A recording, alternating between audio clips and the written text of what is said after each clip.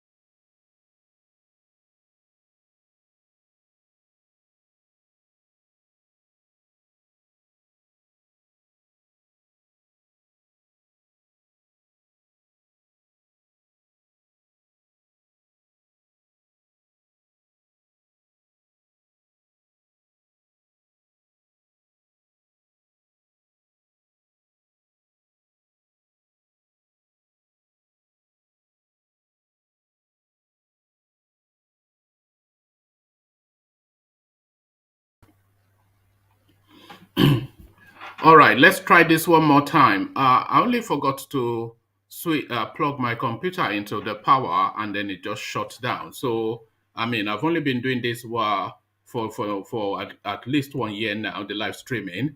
So, still making schoolboy errors. Your host, one man went to mow. It's a dumbass, a dumbass. So, let's try it one more time. One man.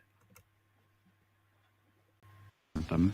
Mr. Albert Congo raises the flag of the new nation. Nigeria,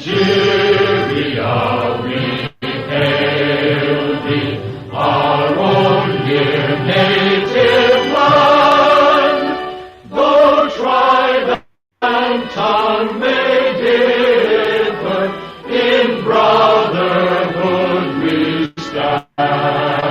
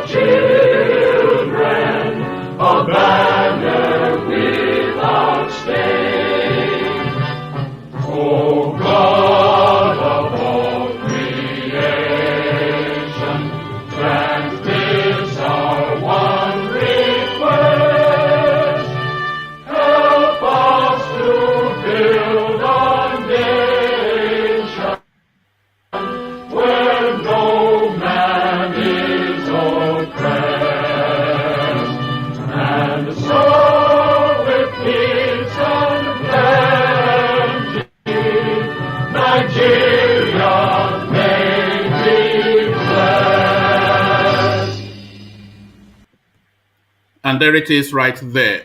Mighty Bolu, I see you. So, Bolu, I see you. That's our guy in Malaysia. So, good to see you, Bolu. So, Nigeria, we hail thee, and we hail thee indeed. So, Nigeria, we hail thee. As guys, I bring you this. This is a war for eternity. This is something that will go on till the end of our time. IPOB Vice Versa Simon Ekpa, of course. IPOB declare Kanu's disciple Ekpa wanted over secret intel service. So declared wanted, we know what declared wanted means within the eastern quarters. So that is unknown government sent after him, no doubt. And we know what the repercussions of that are or is. IPOB declared Kano's disciple Ipa wanted over secret police intel. So what secret police, what intel? These people, they're just playing toy soldiers all over them. It's just the ridiculousness, some of it. Kaduna attacks. We will react if Buhari fails to end terrorism. El Rufai blows hot. So this guy, he knows how to straddle the two divides, speaking from both sides of his mouth. A very awesome daddy. We saw him on his knees to Buhari in that viral picture that went round. But when he's away from the guy, he's always talking tough. And when the guy is away, he's plotting coups against him. We saw what he did with to try and remove Mia Malaboni. So he tries to talk tough again. Kaduna attacks. We will react if Buhari fails to end terrorism. A headline attributed to the diminutive governor of Kaduna State. Amaechi joins presidential race. So this is an open secret, really. This is something that everybody had anticipated. But quite how he comes into the race, we'll find out shortly. But the headline again, Amaechi joins presidential race. FAAN apologizes for power outage at Lagos Airport. So there it is right there. Very soon the planes will be dropping from the skies just through nothing but lack of sheer incompetence, lack of competence, and just grueling corruption within the Nigerian space. So quite how an airport runs out of power, I don't know. How is the tower able to signal to the planes coming in them where to land and how to park? So they'll be parking the planes right on top of each other, no doubt. And I say that in jest, but really you could hear that tomorrow in Nigeria because nothing comes as a surprise within that country. FAAN apologizes for power outage at Lagos Airport. So it never rains, but it pours within the Nigerian space. And this one now, celebrities 2023, celebrities react as Banky W joins PDP to declare political ambition. So I never even knew who Banky W was until, who was it? DOG always comes to trumpet this guy's name. I never even knew he was a human being, but apparently, alas, he seems to have some sort of following. And that following in good cheer as this guy again. 2023, Nigerian celebrities react as Banky W joins PDP to declare political ambition. So what political ambition? I think I may have preempted him by saying it's a presidential race, but exactly what his ambitions are, we find out just in due course. So that is the menu. And so then just lean back, kick back, take it easy. Click on the like button, as I often encourage for reasons that I say. If you click on the like button, then we move higher in the YouTube hierarchy. So click on the like button. Of course, make sure you're subscribed as well. And as you set about doing the clickings, let me provide a little bit of a musical backdrop. Your calabash at the ready as we go visit the Kegites. Only water, water, only water, where they see my water. Oh yes, water, water, water, water, water, water, water, water, water, water, water, only water, where they see my Hapa oh night oh, Hapa oh night oh, Hapa you don't come oh.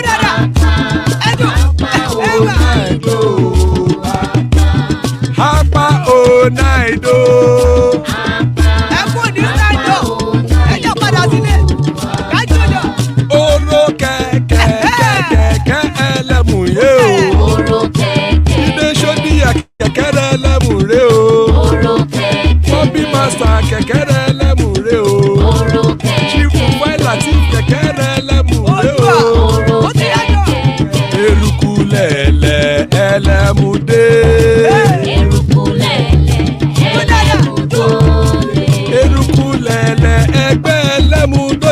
jàre o.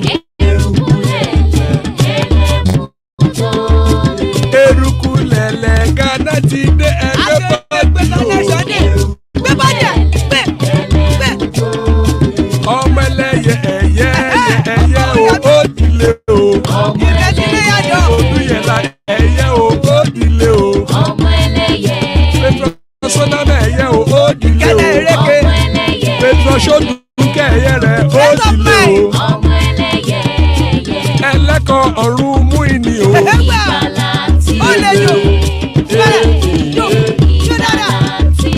Àkùkọ ọ̀run mẹ́kọ̀.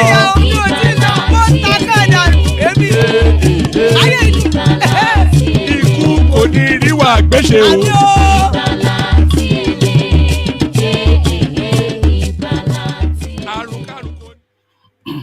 And there it is right there. Àkùkọ ọ̀run mẹ́kọ̀ ìgbàlà tí ele. Ikú kò ní rí wa gbéṣe ìgbàlà tí ele. So Iku Koniriwa Gweshe, as guys I bring you this. IPOB declare Kanu's disciple Ekpa wanted over secret intel service.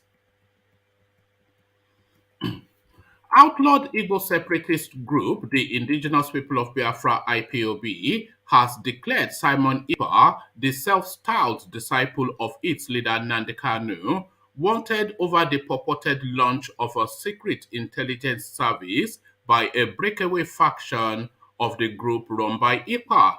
Ekpa, who was made the Director General of IPOB Pirate Radio Biafra, shortly after the arrest and extradition of Kanu from Kenya last year, formed a parallel group called IPOB Autopilot shortly after he was removed as the DG, and since then has been having a running battle with the group.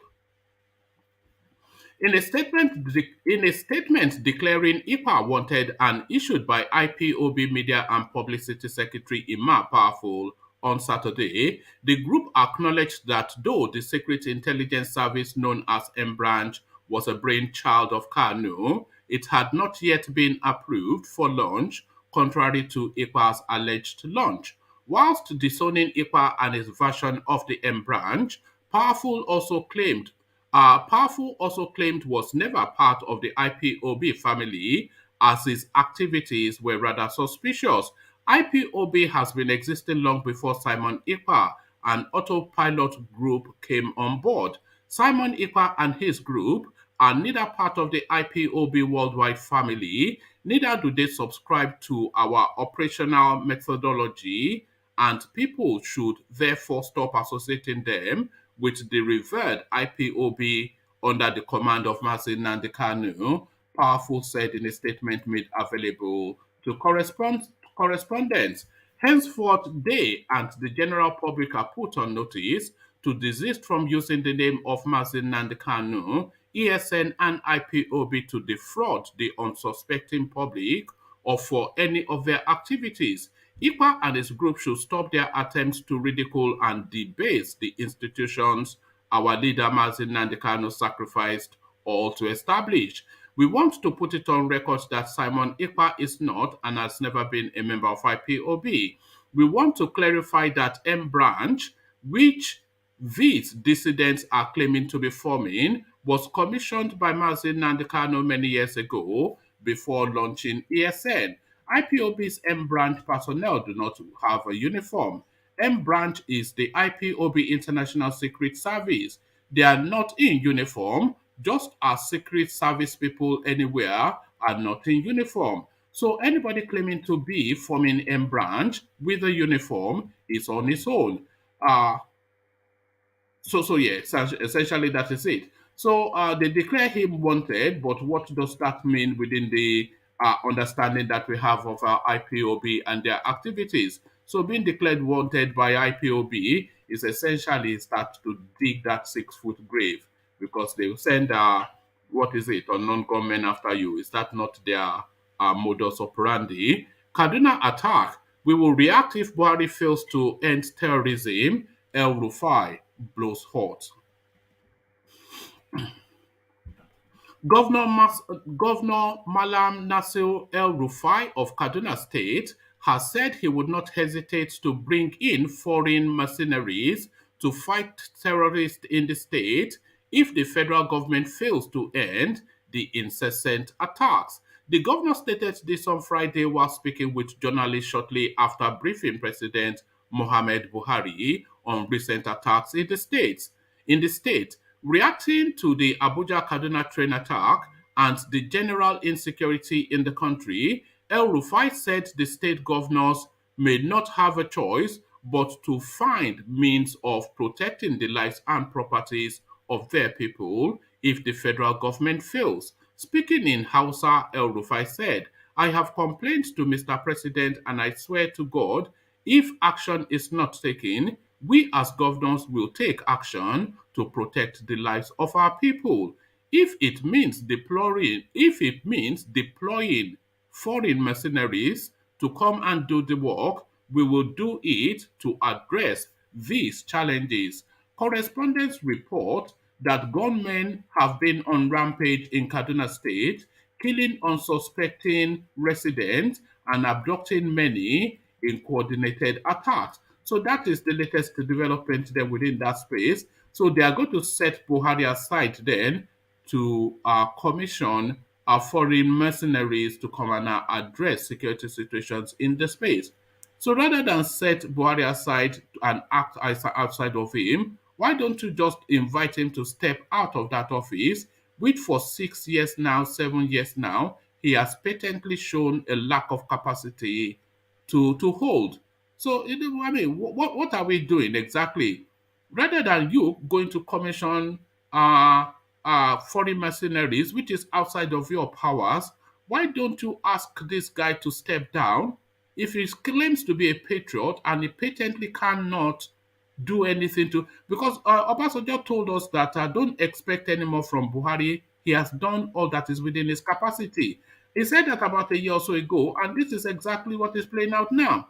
So if the job is beyond his head, it's beyond his capacity, then why does he not just step aside? His incompetence is being paid for in human lives, and he just sits in that space chewing on toothpicks.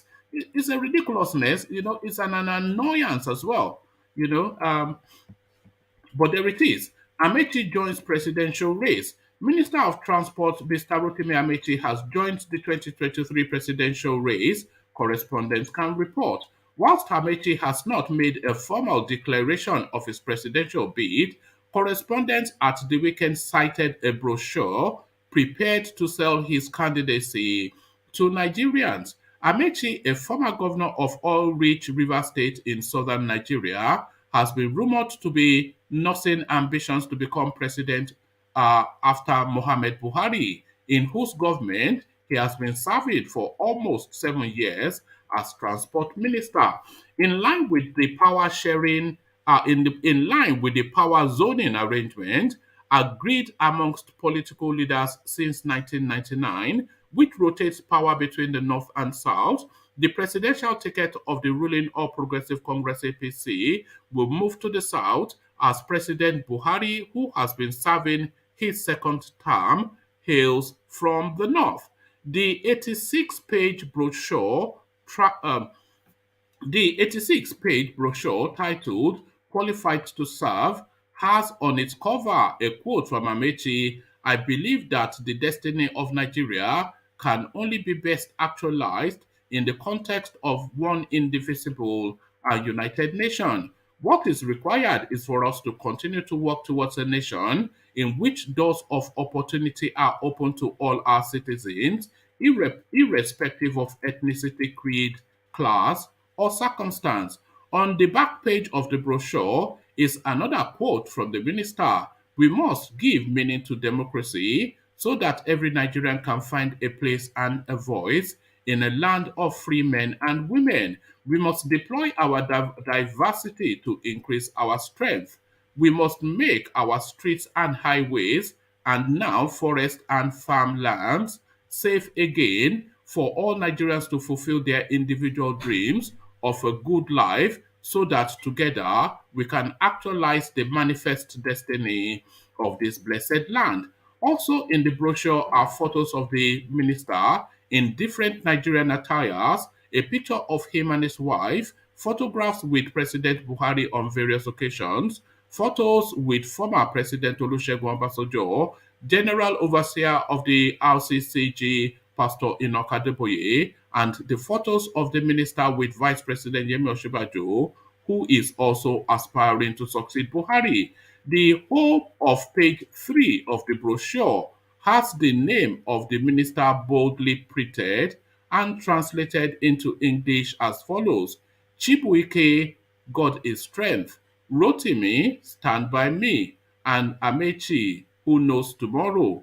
On the table of content of the brochure are 14 sections in which making the critical choice on the table of content of the brochure are 14 sections in which, let me try that one more time. On the table of content of the brochure are 14 sections which include making the critical choice, reasons why, the competitive advantage of Chibuike Rotimi Amaechi, first among equals, broad and deep experience in governance, geopolitical considerations, nationalistic outlook, political prowess, personality and leadership style, track record of performance, highlights of achievement, River State Governor 2007 to 15, highlights of achievement, Ministry of Transportation 2015 till date, and hallmarks of Amechi's leadership.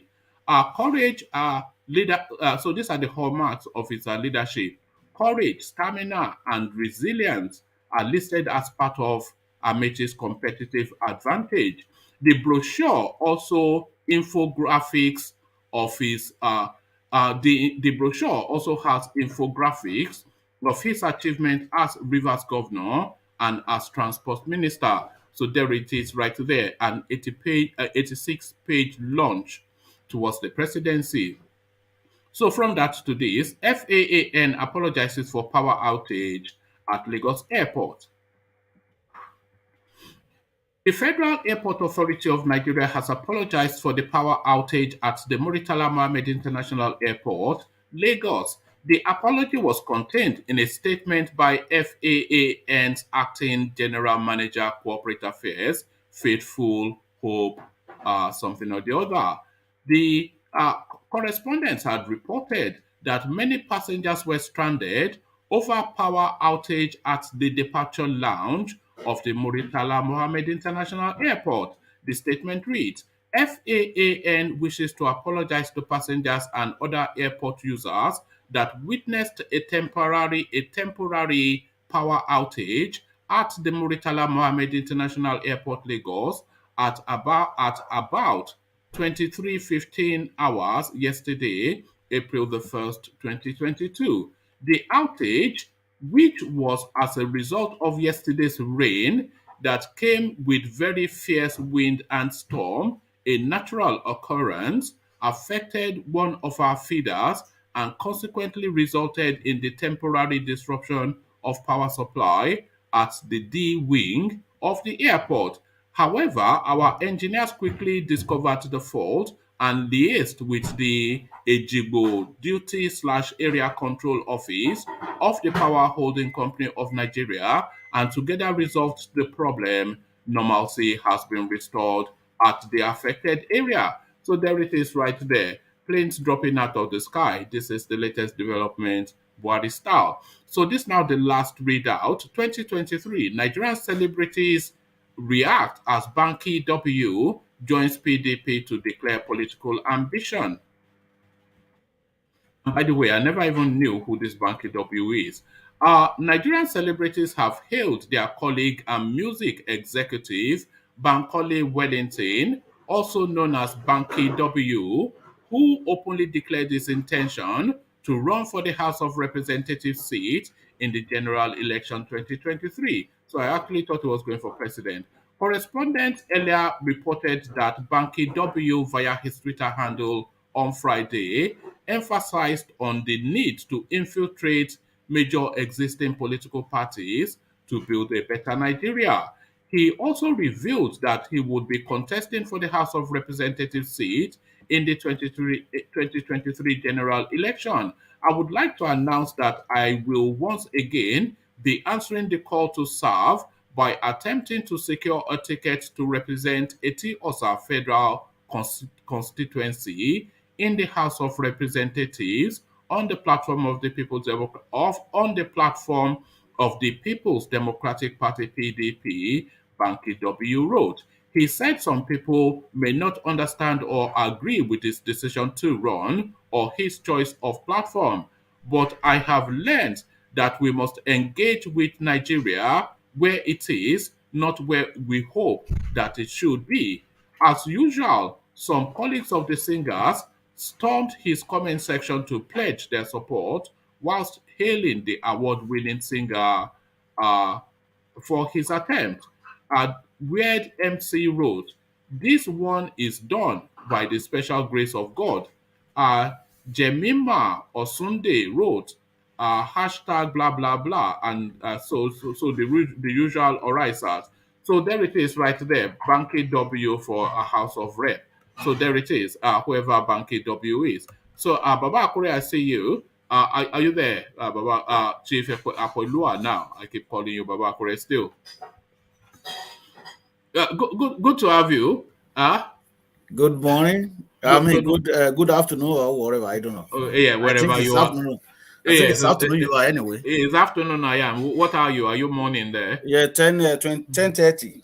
There you are. It's 2:30 here. Yeah. So quickly to it then, the insecurity, people are just alarmed and confused now. They don't know what to do, to the point that they're actually reaching even beyond their powers to try and take action.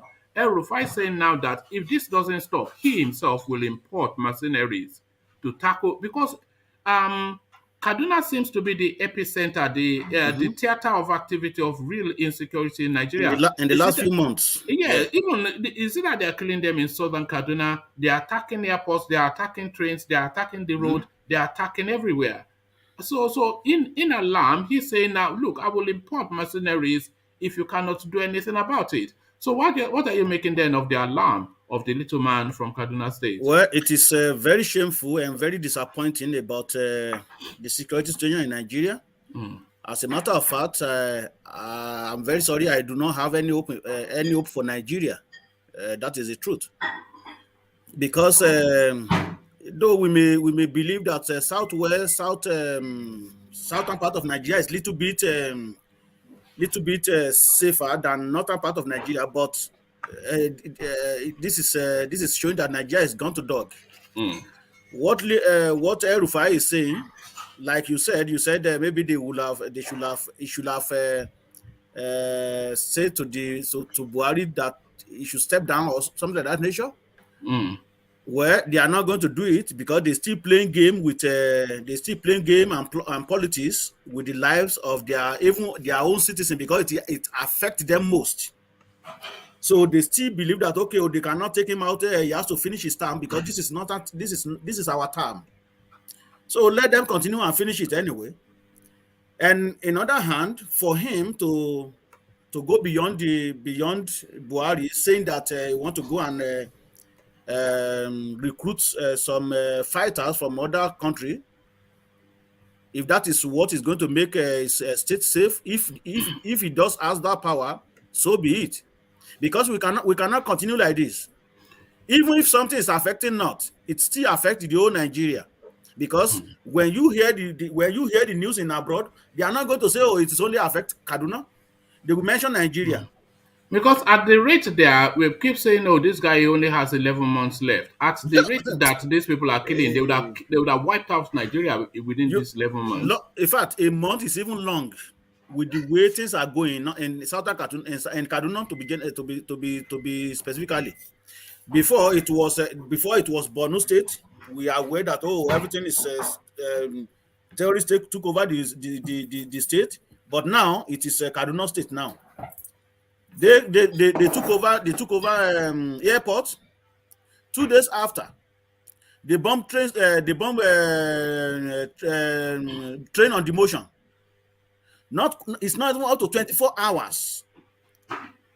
What am I talking about? between 12 hours. Yes, They blow up another one again. So what are you telling us? But it didn't end there, Baba Akure. As the people escaped to the roads, they took over the Kaduna Abuja road to the point that people were turning back, driving into the bushes as the terrorists took over the road. Exactly. I heard about that, and some people are even escaping. About 30 of them drawn. So it is very barbaric.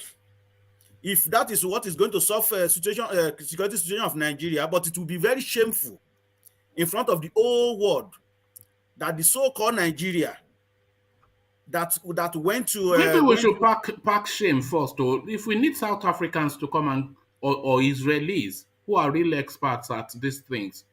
Nigerian army, they can't do it. Or I think we are all clear on that now. They can do it. They can do it. It's just corruption that ripped the country.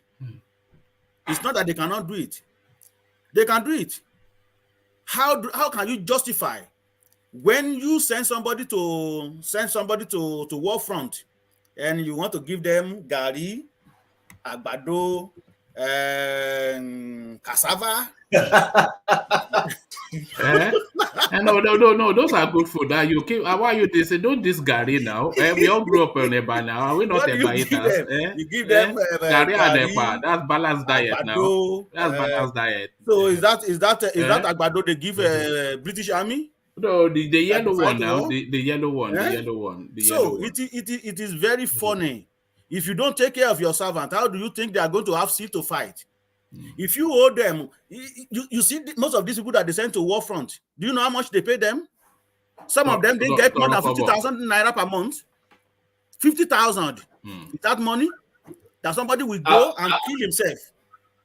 Chief Apelua, yes, you know, sometimes when we talk about these things, it looks like we're just ranting to thin air because the things that we're supposed to be doing are within our capacity. But sometimes if I use certain words, one man will say I should tone it down. You know, there's no other word to use for these people, this set of people there. What is so difficult in putting cameras everywhere? We had a budget. Somebody stole this money. We went through that yesterday. We were happy. Sorry, we went through that. Talking out of the feelings now. No, just what you're saying. We went through that yesterday. You know that camera thing. What Rotimi Amaechi did was he just presented some 1-2 paragraphs to the Federal Executive Council to say that I want to buy cameras for surveillance for the train tracks. So it didn't list the brand name of the camera. He didn't list how efficient they are, what they would do. He didn't list anything to describe how that would impact positively. And the company that he said he was going to give the contract to, they don't have any history in security surveillance, and it was only formed 2 years ago. So there was absolutely nothing in what he submitted for it to have been approved. And they told him to go back and add more details so that they're clear on what he's requesting. But instead, he ran to the newspapers using these people that had been killed as a cover story to try and pressure the space. So no, it's just Rotimi Amaechi is a punk now. Even if we have another name to call him, yeah, it's just a punk. He's just using the opportunity of the dead the same camera that he's talking about. When you hear about the money they are going to earmark for that, you will say, are they going to buy build another train track, or buy the company that is going to manufacture it? Exactly. So it is very barbaric. The security situation in Nigeria, like I said, it will be very shameful if the so-called Nigeria now go and get security. Why we can even deal with the situation by ourselves? We went to Sierra Leone, and anyway, it is very funny. It is very disappointing. Hold on. Your system is somewhat Okay. Yeah, go on. Okay, are you with me now? Yeah, that's better. I Yeah. think I said this some time ago from the beginning of one of your programs here, one of the early days. I said, Nigeria is not ready. We are putting trains. We're just causing problem for a future government. We are putting trains on train tracks, but we are not putting electricity to power them. These trains are using gas. The same time, we are building these trains while we have terrorist problem. And for heaven's sake, you don't have plan for security? How do you think you can man these places? These security things are so easy. You have to have a situation room, and then you have your drones. There should be internet, because we here in Europe here, if I go to work, if I want to put surveillance camera on my apartment and be seeing it from my place of work, I will do it. And this is a government. If you don't have internet, if you don't put the fiber on the ground, why are you building everything? You see now that everything is going to collapse again. Everything is going to collapse. Exactly, and the money is just wasted. It's a waste of money. Because they are stealing the money. 900 passengers, 250 declared. Where is the 600 passengers money? 900 passengers, 250 declared. Where is the 750, 620 passenger money? This is what they do in this country. They continue to grow the citizens of this country aground, continue to kill them in the detriment of where government will say whatever they want to say. Yes. 900 passengers, 250 declared. You see, I saw one budget of yes, and you have to wonder how much a ticket is, then you know how much is in play. But Baba Poregon. This is how it goes. These people don't care. We'll be saying this for a very long time. But election is coming now again, because we will continue to hammer this every single time. How many youths are ready to make change? Because if you are getting $500 for airtime from Tinubu, and that is the same person that you are still running after right now. So what change do you want? What do you want for Nigeria? I saw the budget of one governor this morning. I think governor of Yobe State, traveling to Dubai, then from Dubai to United States. Ask me how much million is that? How much? 73 million naira. God. That is what is going to cover. That is what is going to cover. That's me and Malabone, isn't it? I have it on my phone. It is calculated. Well, it's not that somebody forged it. In fact, they posted this thing to see what is going on. For his ticket and his wife alone, it's about 9 million naira. First class now, of course. Yeah, first class. To and fro, to go to Dubai and to go to US and come back home. Hotel bill. And their entourage. And they will travel first class too, you know. So when I look at this money, I said, this money I even built a good hospital just for that one trip. You can imagine state now. So you built 2 hospitals. So you can imagine how much money these people spent in every single trip. The money that they're supposed to use to develop the whole country. This is the same money that they're supposed to use to fight insurgency in the same northern part of Nigeria. But they refuse to do that. They prefer to go to Atlanta and go and go. In fact, if you look at the way they detailed his movement with his wife, from Dubai, attend 3 days conference. Then from there they will spend 2 days conference. Then from there they will spend 3 days to relax themselves because they are working very hard. Then from there they will fly to Atlanta to go and have medical checkup. They are taking a vacation from taking a vacation. Exactly. They're having a holiday from having a holiday. So this is why we cannot achieve anything. Because that is what we saw. It is not him alone. That is how these people kill the country. Then the security situation of Nigeria get worse. They give them a ton of money for security vote. What do you do with it? They pocket it. Put it in their own pocket, or take it to abroad to go and save. So to cut the story short, if Rufai, if that is what he want to do and he have power to do that, I will not even go against him, because The situation in Nigeria right now is very tense. You go out in the morning, you don't even know if you are coming back home alive. The same doctor that was shot dead in that train, the first train that was shot dead, that was on Monday, right? Yes, the young Second one lady. happened on Tuesday morning. That lady, according to information, was supposed to travel yesterday, Friday. Yeah, the Friday of that week. You know, and so I imagine she was just going around to say goodbye, Exactly. and then somebody will say, "Okay, let me take this to my sister," and then all those things that you do, just last minute, whatever. So you can imagine they just cut his life short. God, you know that one really pained me anyway, because she has all of life ahead of her, exactly. all of life. You know, you can imagine how they shot her life. Very young lady, very young, promising lady. So how much more many people in that train that was killed that very day, and they shot their life up, having planned, okay, well, this is what I want to do in the next 6 months. This is what I'm planning to do. Maybe they will have some of them that even having will be having a wedding. But how can we live like this, though, Baba Kure? How can we? Because this is actually, we are not making up stories. This is actually what is happening in Nigeria. How can we live like this? That's why I said initially that my hope about Nigeria is completely died, because I don't know. It's almost like Nigeria is outside of the rest of the world, and the rest of the world is making their progress, and we are just either going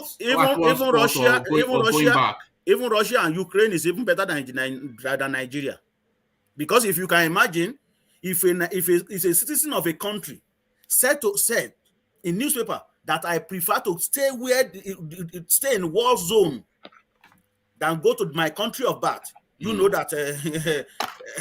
But some people will be. I have a friend here on Monday, because we had some meetings, some officers. We have some meeting that we're dealing with some program. We have some people all over the New Brunswick, and the guy is from Nigeria. And the way he was talking about Nigeria, I didn't say anything. I just keep my mouth shut, because sometimes you just have to keep short, because you don't want to wash your dirty linen in the public. The way he was talking about Nigeria, Nigeria is safe. Paradise. When we finished, there was a Nigerian lady too that we had conversation. I said, don't mind that. Though that lady was her parents from Nigeria, but she was born in Canada. Yeah. Because she is planning to go to Nigeria too. I say, hey, don't go there. I said, you see that what that guy is saying? He just want to brush Nigeria and paint it nice in front of people. You see, I said, you see me, I don't want to argue with him that very time, but because we are in the public, I said, you know, we are within ourselves now, so we can talk. I said, don't try it. Do not. I said, that guy just left home 2 years ago, so Nigerian system is still in his brain. So it's not really digested to the system that we have here. I said, don't go there. It is not safe. Even in Akure there, in Akure, Ondo State, you will hear people. I know when we left our house, we don't even know what is going to happen. We just go with the flow, go with the day. Whatever the day throw to you in Nigeria, that's what you accept. How can you accept that? Baba, let me give you this headline. It's just the headline, because the headline is enough. Lawless policemen in Nasarawa arrest a man. Guess what this man did for dyeing his hair? What if he has tattoo? My God, hey, my God, man, what are we doing? What are we doing now? It's not what are we doing? That is what we have. A video. I don't have a video. It's just the headline. I'll pop the headline. That is what we are talking about. Yeah. The place is so backward. You can imagine that. Do you know that? Do you know that with all these things? Do you know that another train was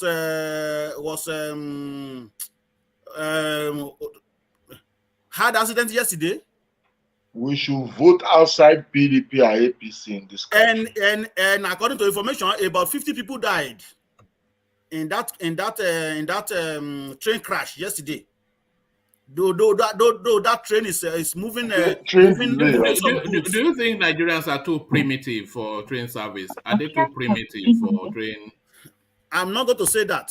It is just that we don't have good leaders. You don't think they are too primitive, or? I don't think so. I don't think so. Babangida and Obasanjo has told us. We used to have train in Nigeria. I could still remember. In fact, God Almighty. Anyway, woman, let's just. All right, but it doesn't. Hold on. It doesn't get better, Baba Akure.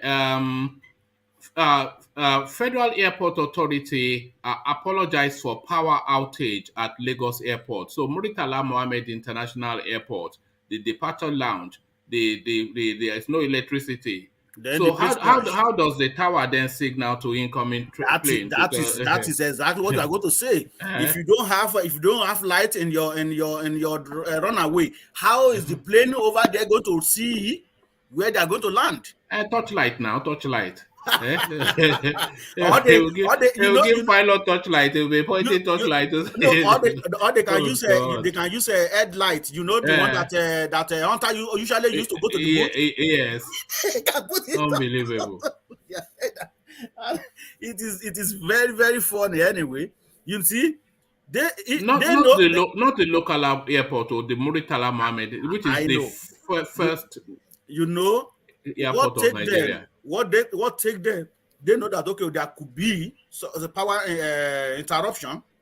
What take them to have standby generator? Because immediately the light is off, then that automatically kicks in. What take them? And you know what the funniest part of it? One man. Yeah. I said it on this platform before. Every ticket that I buy to travel to Nigeria tax is the highest among all the airports. What are they doing with this money? Nigeria, you know what they said caused the power outage? No. They said it was raining. Okay, yeah, that's it. So that's a new thing. They don't know it rains in Lagos. That's a new thing. That if little wind blows, yeah, the whole light will shut off. So that is it. I am saying it, and I will be saying it. When you buy ticket, any of you that you buy ticket, you go to Nigeria, check the tax. You will see that Nigeria tax, airport tax, is the highest among all the airports. So what do they do with this money? You know that money that you've just described is the same as this manifest that we saw from the train. When they told us 200 people bought ticket, but 900 people on the train. So that's how it goes now. It just disappears into the. There is no doubt about that, because if this money is being utilized very well, we're supposed to have a very nice this thing that always push loads from plane to where you collect your luggage. The other time I was in Lagos, it stopped working. They have to use hand to roll the bed before it starts working again. And the bed is already cut into half. Then you are getting airport tax. You are getting everything. Even the security there even the place is not even secure, because they can still steal your bag. So it is very funny. How can you justify that no single thing working in Nigeria? No food, no road, no electricity, no even internet safe. I think Ego will testify to that. No, I was just waiting for Ego. No internet. And you will come here and be praising Nigerians. Even the internet you get safe. Even the internet you say get safe. By the time it's spinning, the 5 gigabytes you have already gone. They took it. We came for president. That is our next supporter. We came for president. See the problem, man. No, that's his candidate now. So forget Atiku. We came for president. We need a man that is dogged. We are talking about. We need a bully. We need a man that is dogged, that can shout at every. When you wanted Buhari, you needed a bully. Yeah, look at him. Buhari was brought into this country leadership by one man and his caucus. How is Wike better than Buhari? By far, 1 million times. Why are you talking like this? All right, Yes, man, let's Wike. move on so that another person. When you elect Yesu Wike now, you will see leadership in this country. If Yesu Wike can beat 200 bridges in Rivers, it will be 500, 1,000 bridges across Nigeria. Yeah, I was going to say that. Okay, hold on. Yes, now. We need leadership that spend money in the country, not put it in his pocket. Or share it with thieves and nobody goes to jail. Come on. All right, thank you, gentlemen. Let's get back to Baba Akure, Chief Akpelua. 2023, Nigerian celebrities react as Banky W joins PDP to declare political ambition. So I never even knew there was a human being called Banky W until somebody kept on mentioning him on this platform. But you, of course, you are down with the kids. So what are you then making? Because we've been encouraging that the youth space should come into politics, but this guy comes in sensibly in exactly the way that people are recommending. He says that there's no point rallying against these people. You have to attack Nigeria the way as it is now. So he's going to go into the PDP because that is the most opportunity to effect whatever change. Don't go and form some silly party and be making noise all over the place. Go into where they are and then effect the change. And he's also coming in at the National Assembly level. So he's not saying he wants to become governor of Lagos State, which he will not be. He's not saying he wants to be president, which is of foolishness, but a realistic entry point, which is a House of Reps slot. So what are you then making of this element called Banky W and its incursion into politics? Thank you, one man. Like you rightly said, I don't know this guy until yesterday that the name popped up on my Facebook account.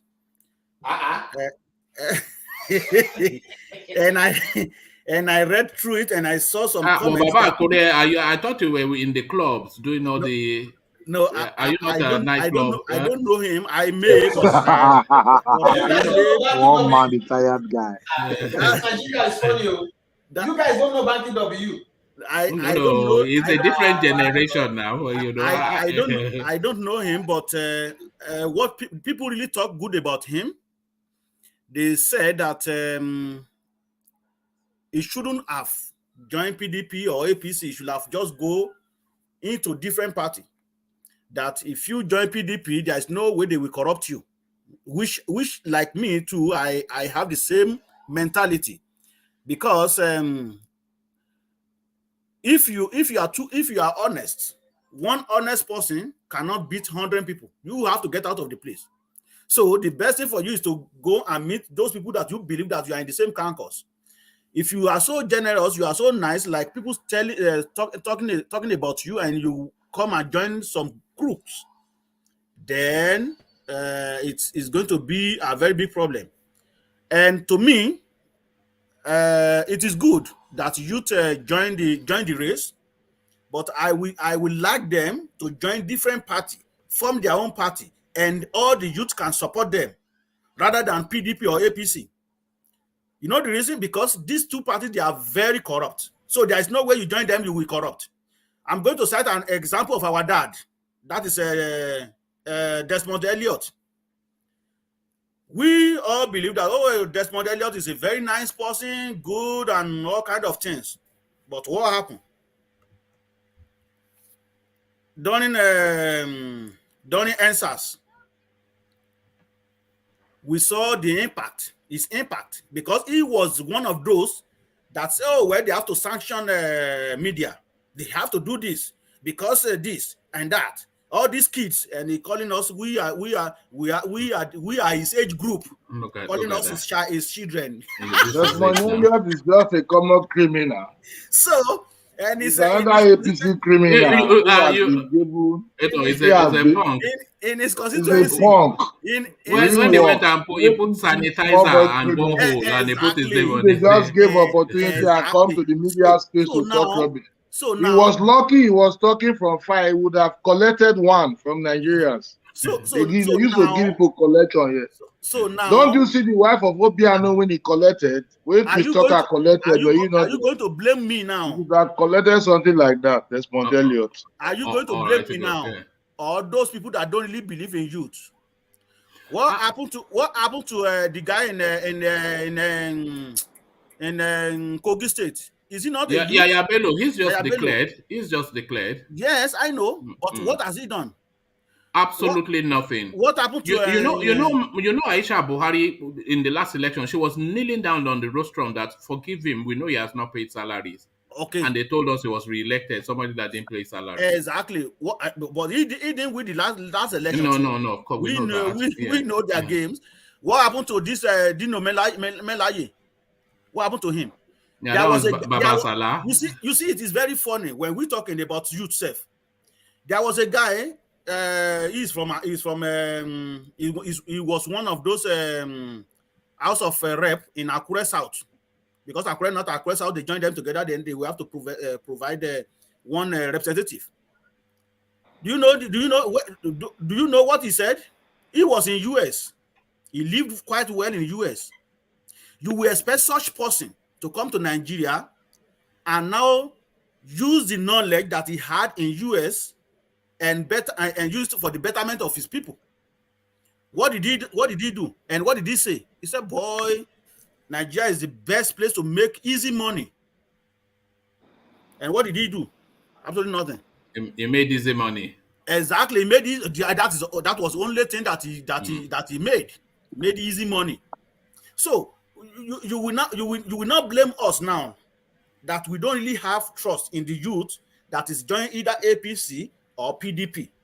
Baba Kore, Banky W answers you because he was anticipating that position.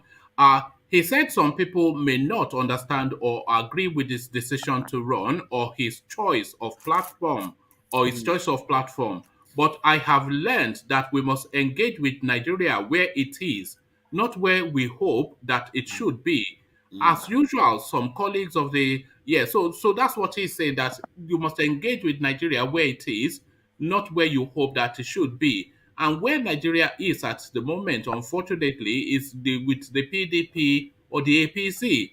So you're going to form some random. We saw the example with Ore now. He's just there in the ethers making noise. The point is that, you see, let me tell you something, right, woman?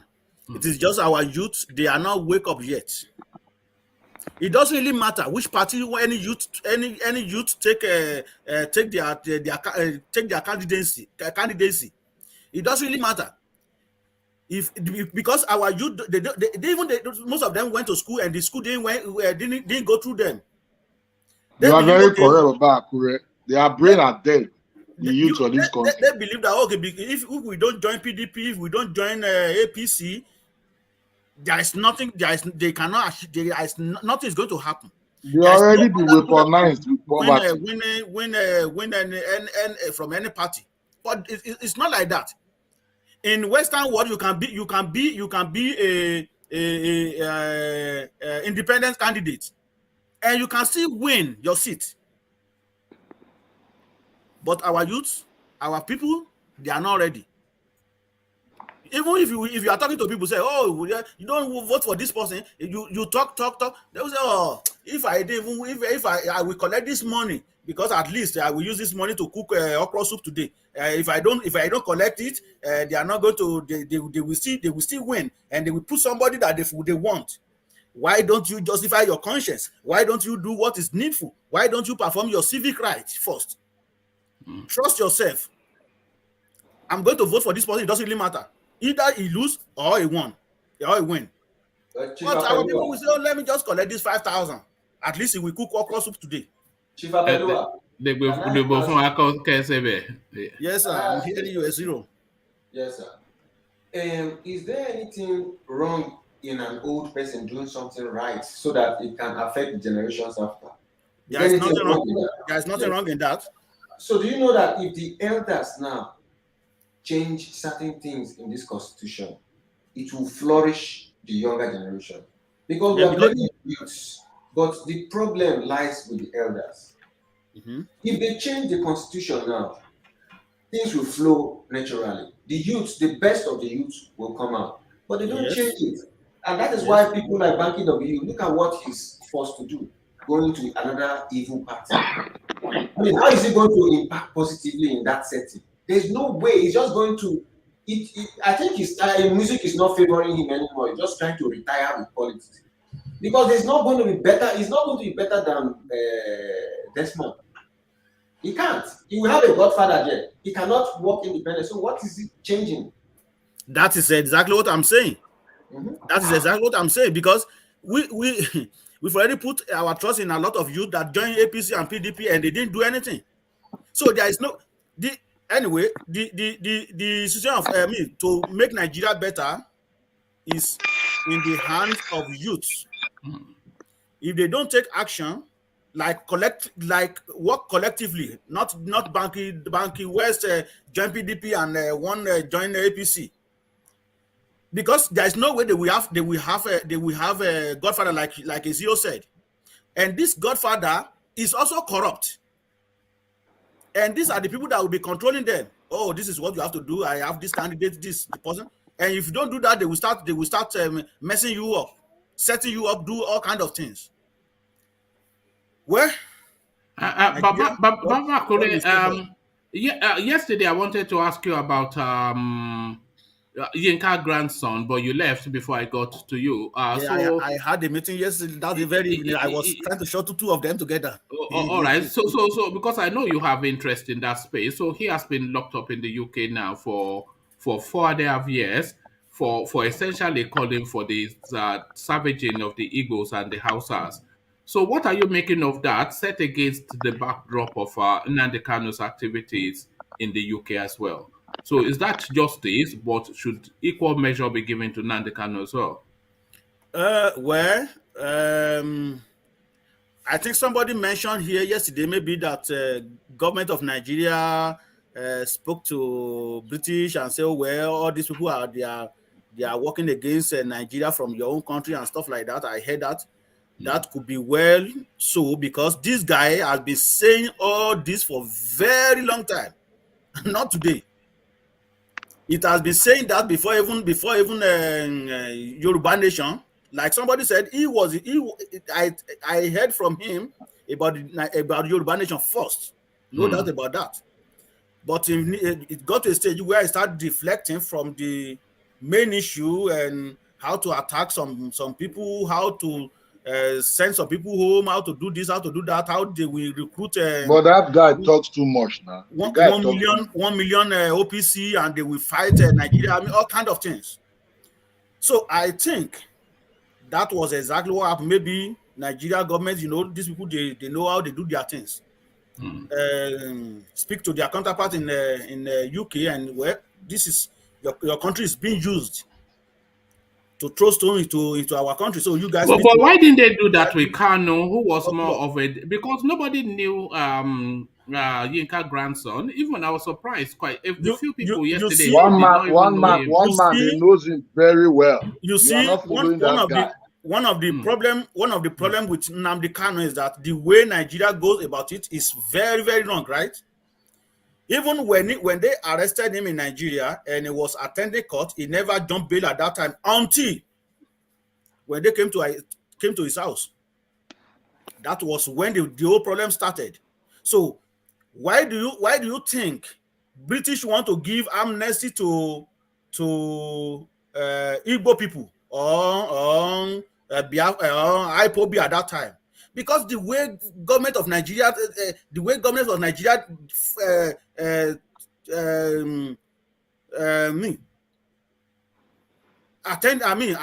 to the matter, and they kidnap him without follow due procedure from Kenya. So how can you justify that? But this one is right in UK. Nobody. Sorry, who said they kidnapped him? What was the evidence they kidnapped him? He was arrested now. I don't know what you're saying. They kidnap. You should say the thing where it is. Okay. Do you know 6 months before Nnamdi Kanu was arrested, he was not in UK. He was wanted by the Scottish police yard. People just say things. I don't know that. No, don't say that. He was moved from country to country. He was moved from Israel to he couldn't go to England anymore. He was wanted by Scottish police yard. Can you present No, I don't know that one. Where did you get that from? How come you just talk what you don't know? Can you present us with the proof? Give the case by public domain. Send it up, put it online. Wanted by Scottish police, now the Kanu. Yes, questioning. Yeah, he had the case file. The case file, Scottish police case file is 6 digits with dash. The case file that I have is my phone. Just allow people to just spew information that No, I'm challenging him now. I'm challenging him now. I'm not challenging him. On my phone, I'm driving. I will send it to inside my phone. It's an old message. No, but you are wrong. That's not just carrying this. No. If you have evidence, then present it. But bring your proof. I will send it on your YouTube. When you stop driving, I will send it to you on your YouTube. We are all learned here. I'm not making a blasphemous statement. Calm down. Okay. Everybody calm down. Everybody calm down. We are expecting Hold on. Nnamdi Kanu cannot be wanted by Scotland Yard, and he wanted for questioning. Hold on. Okay. We would not know. It's not possible for us not to know now. Somebody that high. Let him bring the case file and the page now. One man. Only you know. This man with his case file. Only you know. Only you know. They sent you memo. There was a time. Hold on. Let me finish my statement. Hold on now. I'm driving. Hold on. Next zero. Too many voices. Hold on now. See, I'm driving and I'm using my phone. The information is inside my phone, but as soon as I get to where I'm going to. Hold on now. Why you always want to talk? You have the floor. But as soon as I park, I will send you the case file. Kanu was wanted for questioning. Actually, the original question is number 2 man. Was wanted for questioning. He knew. That's why he couldn't go to London. He couldn't go to London for past 6 months. He was going to Israel, Finland. He was toying around. He didn't go from London to Kenya. People don't know. He didn't fly from London to Kenya. Are you true? He flew from other European countries to Kenya. Really? But I said he left. Are you done? Okay. Are you done? Which passport? People keep saying he was arrested. On what passport was he arrested on? What passport? No, it's World Peace. What passport was he arrested on? I'm asking a question. People keep saying he's arrested by people keep saying he's arrested. British don't say anything. He had a dual passport, citizenship. So depending on the passport he flew on. But Kanu left England with Nigerian passport because he was wanted. That's why UK is not getting involved in his case. If he was arrested on UK passport, UK will be involved. We all know diplomatic laws now. Okay, can I say something now? All right, so I'm not aware of what you just said. And if that's the case, then I would know because I follow that. I almost every day we talk about this guy now. So we have a lot of information. I'm right now. I'll send you all the information to you. Don't worry. Let me say something. I'm not looking black at me yet.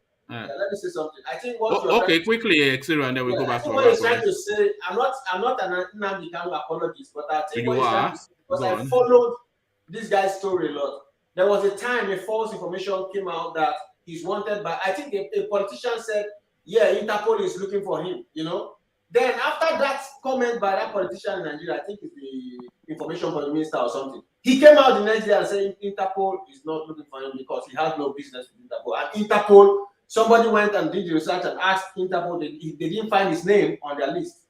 So it was Interpol and not Scotland Yard. But he was not arrested in Kenya. He was just picked up because it was against international law. Where? It's against international law to pick up someone. Where was he picked up? Even Kenya. Kenya said he wasn't arrested by them, so it was fraudulent. Which country was he arrested? Kenya. He wasn't arrested. He was picked in Kenya. He wasn't. No, we don't know. We're just speculating. Where? Hold on, World Peace. Even he has said via his lawyers that he was kidnapped. That's how he described it. But he didn't mention any country. He said Kenya. No, Kenya. What are you saying? This Kenya. Okay. So don't make up stuff now. Don't make up stories. No, sorry. No, I'm just asking which country because you don't need to ask. You don't know that it's wanted in Scotland. You don't know if he speak up in Kenya or not. You don't need to ask questions. Let me tell you. Ego, listen. All right. We are all educated here. If Nigeria government arrest Nnamdi in Kenya, Nigeria will come out and say we arrested Nnamdi Kanu in Kenya. No, he was illegally abducted. He was illegally abducted. That's why they cannot come out to say it. That's what they are saying. Nigeria government is not saying such. Nigerian government didn't say they adopted him. Now that Kenyan government said they adopted him. Hold on. Yeah, World Peace. If they abducted him, would they come out and say they abducted him? Okay, Mr. Wama, I want to be very rational here. So what's your argument? I don't get it. Rational. Where was he arrested? Tell us. Nigerian government said he was arrested. It didn't say he was adopted. Yeah, but what would they say? Young man, we want to know. Now, the reason the Ipob are saying he was adopted, he said he didn't go through the diplomatic ties of when he's right, if to agree for deportation or not. They become rendition and how they say the language. It became necessary rendition and how they say. So automatically like he was adopted. Right? Huh? Rendition, you are talking about. Rendition, yes. Hold on. So they didn't go to legal process, go to court and maybe go to court and defend his right, like you go home, they go to court and defend his right and all that. If he has just all those parts, like maybe he failed before they can deport him. But he was just arrested. The next day, bundled on plane and sent him back to Nigeria. But it was Kenyan government. It's Kenya, it's Nigeria and Kenyan government. They have agreement.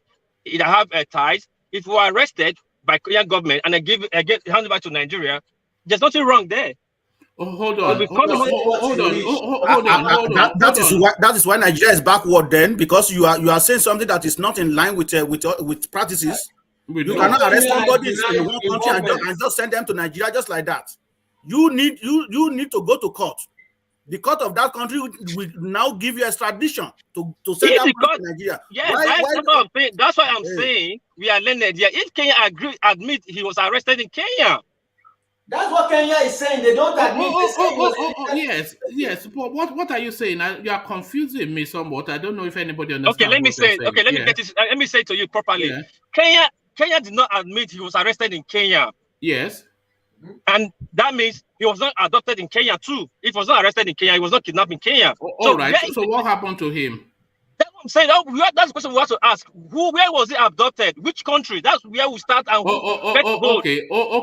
Let me explain something to you. So don't say anything. Let me explain to you. So there are two ways that Nnamdi Kanu could have ended up in Nigeria, either legally or illegally. So if he was arrested in Kenya legally and brought to Nigeria, he has to go through that route that Baba Akure just described. A court has to sanction his extradition, and the court sanctions that because of international human law laws that protect somebody from being just abused by a sovereign state.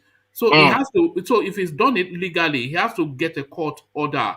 But if it's done illegally, he's kidnapped and then he's bundled through diplomatic packaging to then be renditioned back to Nigeria. So that's kidnapping. So that's renditioning. That is what Buhari tried with Umaru Diko in London and failed when he tried to kidnap him in London.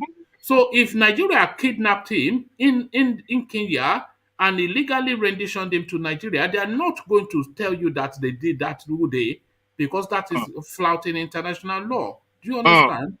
Yeah, I understand. Right. So what is your my problem is Kenya is supposed to have come out and say, yes, Kanu was in our country, but we didn't know when he was arrested. That would have solved the issue. Kenya released a manifest of Kanu's entry into the country. They showed when he entered the country via their their immigration system, but they couldn't identify that he left. Okay. I've not seen that, because the last time I followed the information from the news, I got tired and I'm like, because for you to say you are not aware, you are just bringing us. I stopped following. Listen, I stopped following. Don't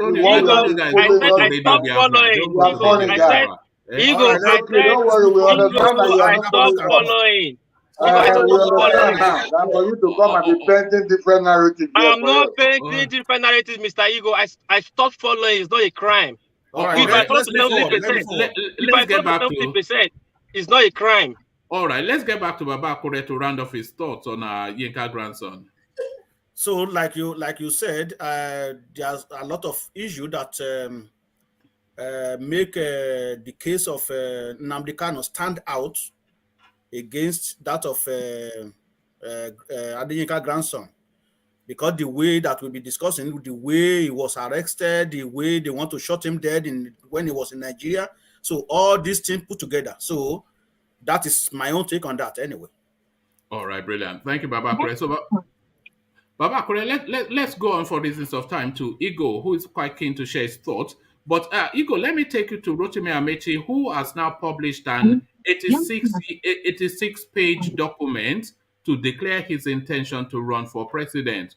So, Rotimi Amaechi for president, how does that chime with you, Igo?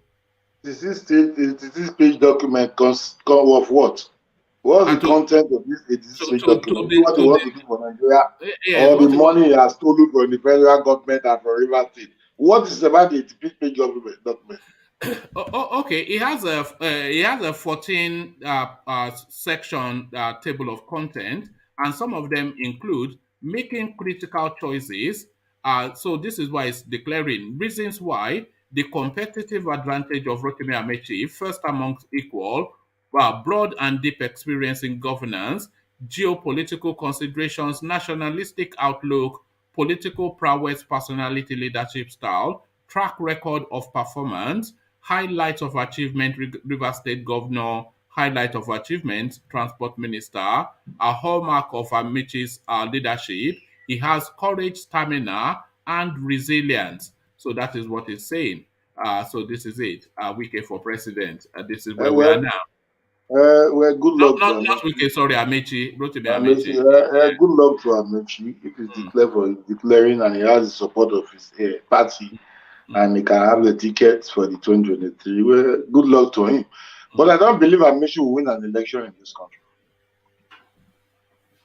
Why not? What will stop him? We can say whatever we want to say. Nigerians are becoming more aware in this very current dispensation. Forget what they are playing for us. Now, you see this 2023 election, they should be ready to rig it. If not, it's going to shock Nigerians. They should be ready to rig it. If not, it will shock Nigerians. Because a strange person will emerge and lead us in this country. We are tired of people. Bangida has rejected most of all these people. We are tired of this leadership, regional leadership, or tribal leadership, or whatever, religion law. We are tired of all these things in this country.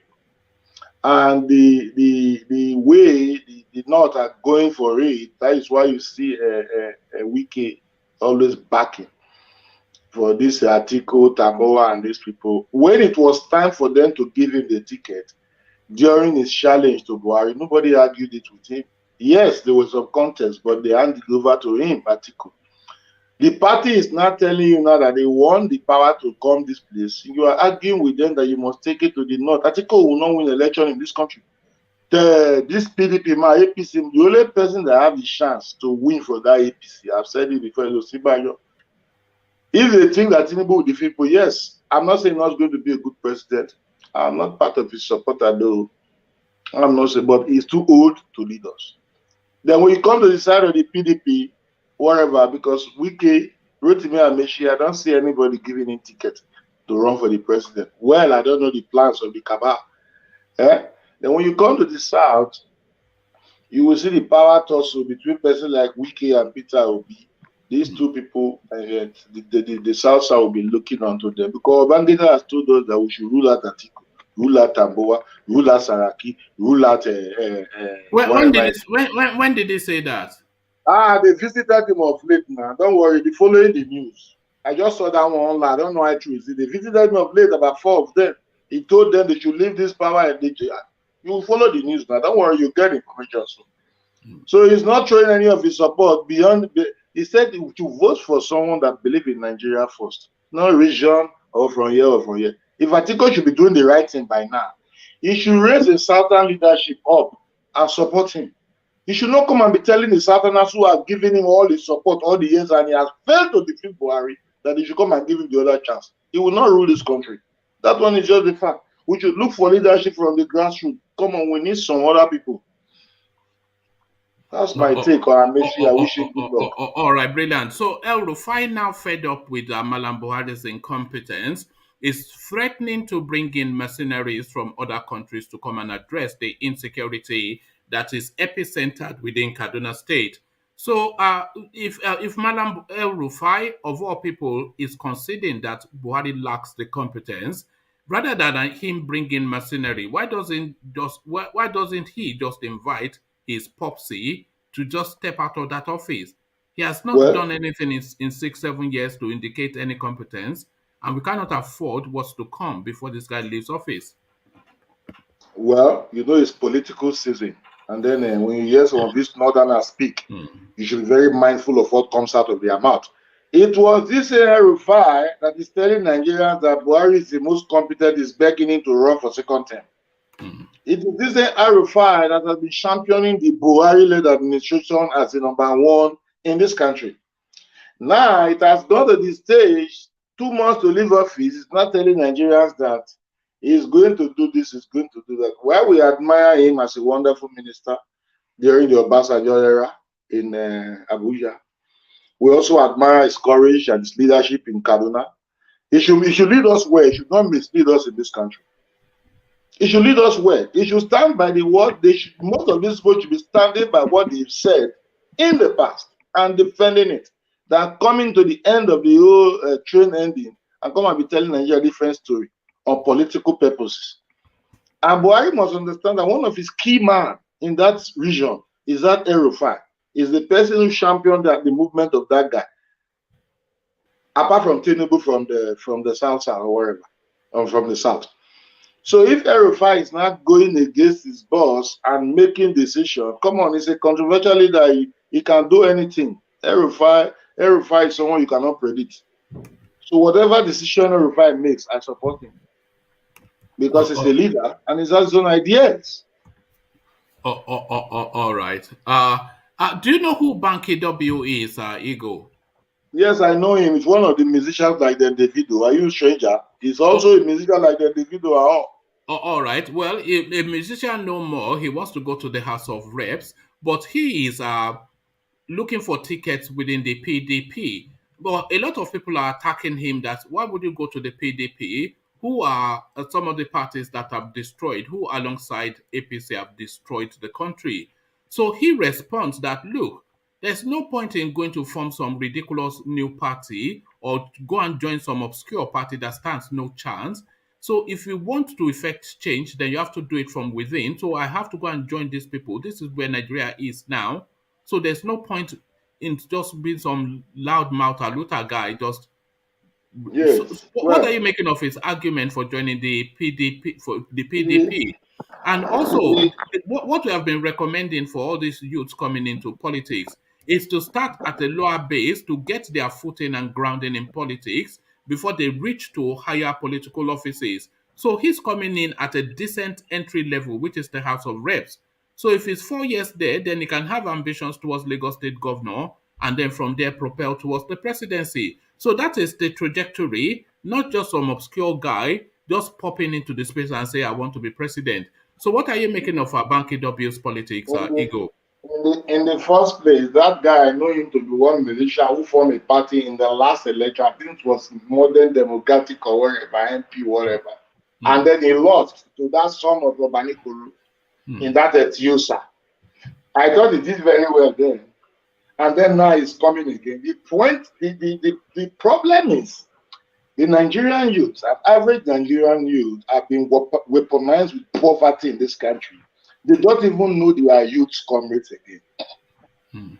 The people that will line behind these people are his own people, which I mean the artists, celebrities, blah, blah, blah, to make sure this young Nigerian become the head of one place. None of these artists will line up before this young man. Just be watching. That was what happened in his first visit. That is true. He decided to run to the PDP. Well, I don't blame him. He thought that strategy will work.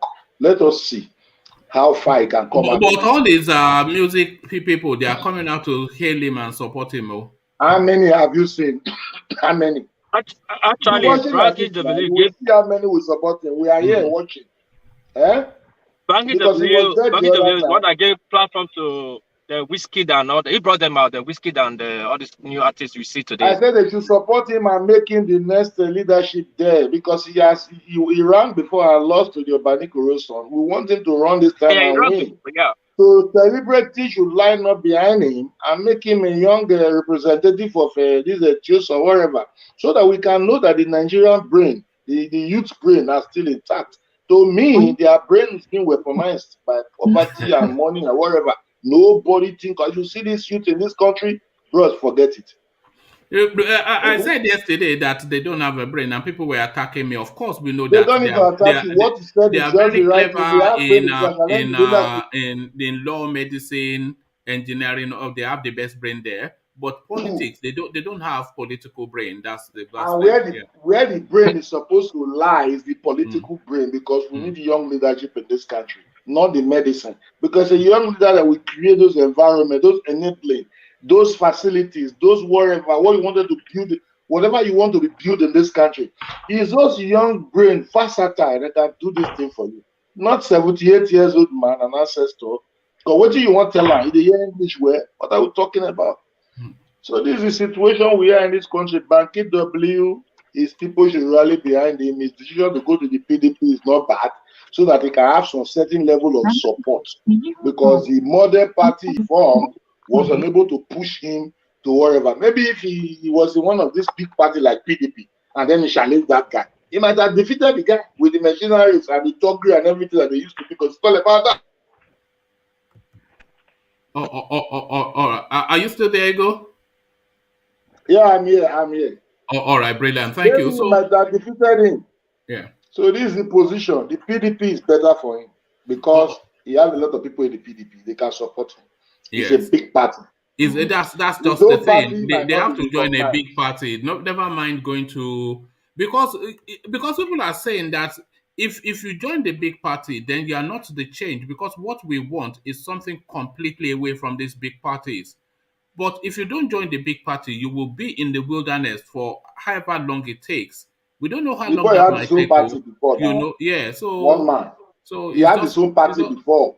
It's practical politics now. That is why he thought of going to the PDP. He had his own party, modern democratic. It wasn't what he called the modern MDP or so, something like that. He failed, and maybe his brain has told him, or he got some advice to say, okay, go to a bigger party. Maybe they can support you. And that's why the guy went there. So we should try to support him. He's just a young man. Not that we know if he can deliver for us or not. We don't know. But we need people that are young also to be there. All right. Ego, the Federal Airport Authority of Nigeria has apologized for power outage at the Muritala Mohammed International Airport, Lagos. So there it is right there. The premier foremost airport in Nigeria, the 27th largest economy in the world, up Nepal. This is the thing. So when that train is taxiing in and there's no light on the runway, and they are they asking the pilots to use torchlight? Is this where we are now in Nigeria, Buhari style? Look at that. Only God will tell us where our power system is. No. Is it the first time light is going off in the airport? It's not the first time. Is it the first time in the history of Nigeria? Absolutely not. The point is, the power grid, they say, is down. Yes, the power system has failed us. Yes, they should try to do these things. Nigerians are suffering and smiling. They are living in suffering. They are smiling in this country. That's what is going on. In this country, where you don't have water, maybe you want to even drink bottled water on the street, you can't find. There is no light. They only give life. Because what? They say the power grid collapsed. They should do something about it. If the airport is even in black at it, is the best. Because that will allow the federal government to understand that the thing has turned into international whatever. Because if only the masses are suffering in the international community and not still feeling the pain as they arrive at the airport, this Nigerian government will not understand that people are suffering in this country. There is need for them to be light, even if it's not 24 hours. There is need for light in this country. So if they receive such embarrassment in the airport, we applaud the kind of NEPA that took that light, so that the presidency will hear that this airport now is not out of light. And then we all are in it, that will be knowing where we are going to. That's the position. All right, thank you, Igo. For reasons of time, Igo, let me go on to Malam Meadowman and have him speak on this never-ending battle between Simon Ekpa and the IPOB movement. So people like us should not talk, eh? Okay. Who's that? It's Xero now. I was there. Sorry. Let me come to you, Xero. Let me come to you then, Xero. I only wanted Meadowman because he's from the East, but let me come to you because you have sympathies for that space as well. Let me come to you then, Xero. So, as I was saying, IPOB declares Kano's disciple Simon Ekpa wanted over secret intelligence service. So what does that even mean, declaring him wanted? Wanted in what way? How are they able to effect an arrest? They being an illegal organization themselves. What are we reading to the tonality of that language? And what are we making of this battle between this organization and this element in Finland? You see, these two guys, Simon Ekpa and IPOB, I don't know how to separate them. If I was an insider, I would have said, okay, this is what Simon Ekpa stands for. This is what IPOB stands for. But you see, I'm an outsider like you.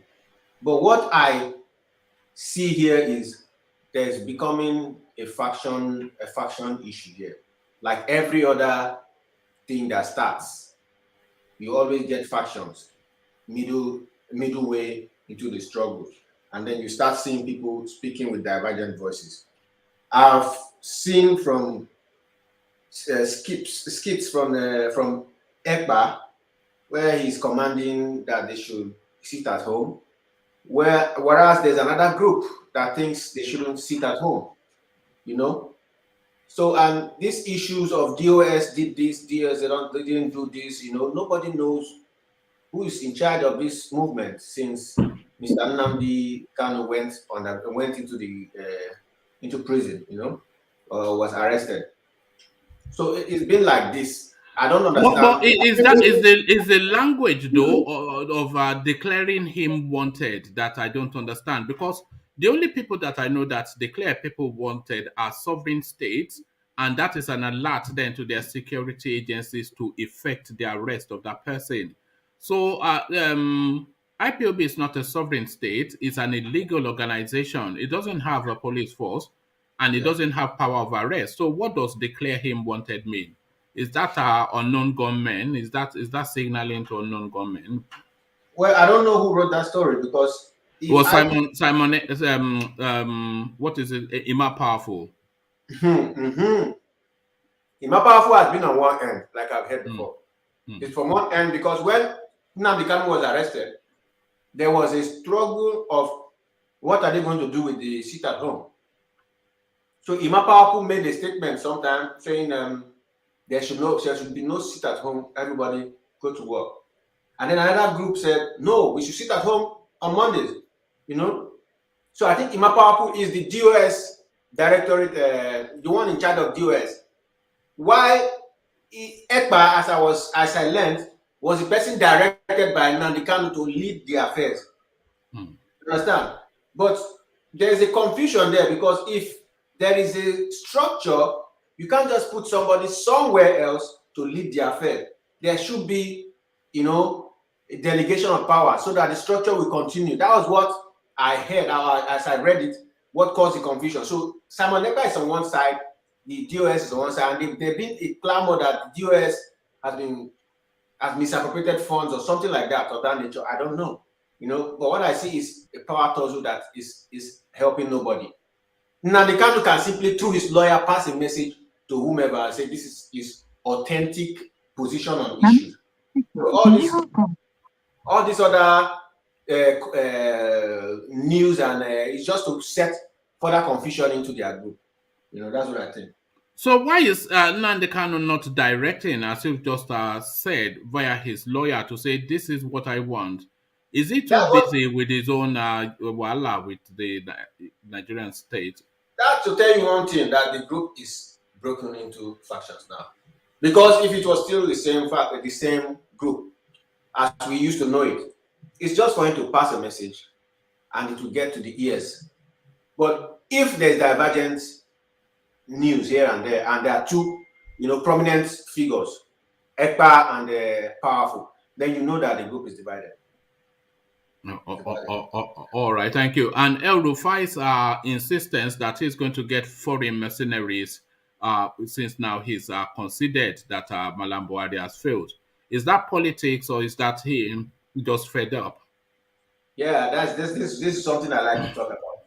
See, I think we should go back and read what Obasanjo said about this man, Rufai. And it's beginning to play its true color again. Once you are leaving office, there's no hope for you to continue. the man finds a way to make himself relevant in the next scheme of things. Don't forget, he was one of those who tried to skim out the current, I think is it the next chairman or something of the party?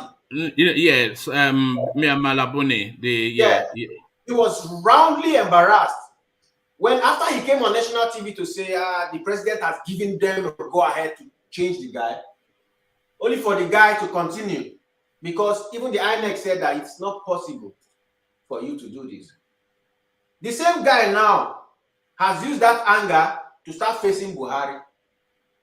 Do you think it's anger, or do you think it's just this avalanche of attacks from bandits on its own state? Twice train bombed, once the airport attacked, the motorway completely taken over by the bandits, and he the governor of that state. Do you think it's just exasperated by just this endless onslaught by the bandits? Yeah. No. Let me tell you something you also have to know, because using native intelligence, we can all gather and piece out things together. The bandits were coming to destroy, kill, pillage, push people away from their land. And the Rufai and his co were renaming those communities and putting emirs there. Does that sound like somebody who is... I don't know about that. Or when did that happen? Most of the communities that these people, go and do your research. Most of the communities were being given different names. Yes. By whom? By this band, they were given different names, and they are putting community leaders there. I think they were installing imams. Yeah, exactly. Yes. And when they interviewed Rufai one time, you know what he said? He said there are no problems anymore, just revenge killings. You know, when you do this, people, they always come and revenge.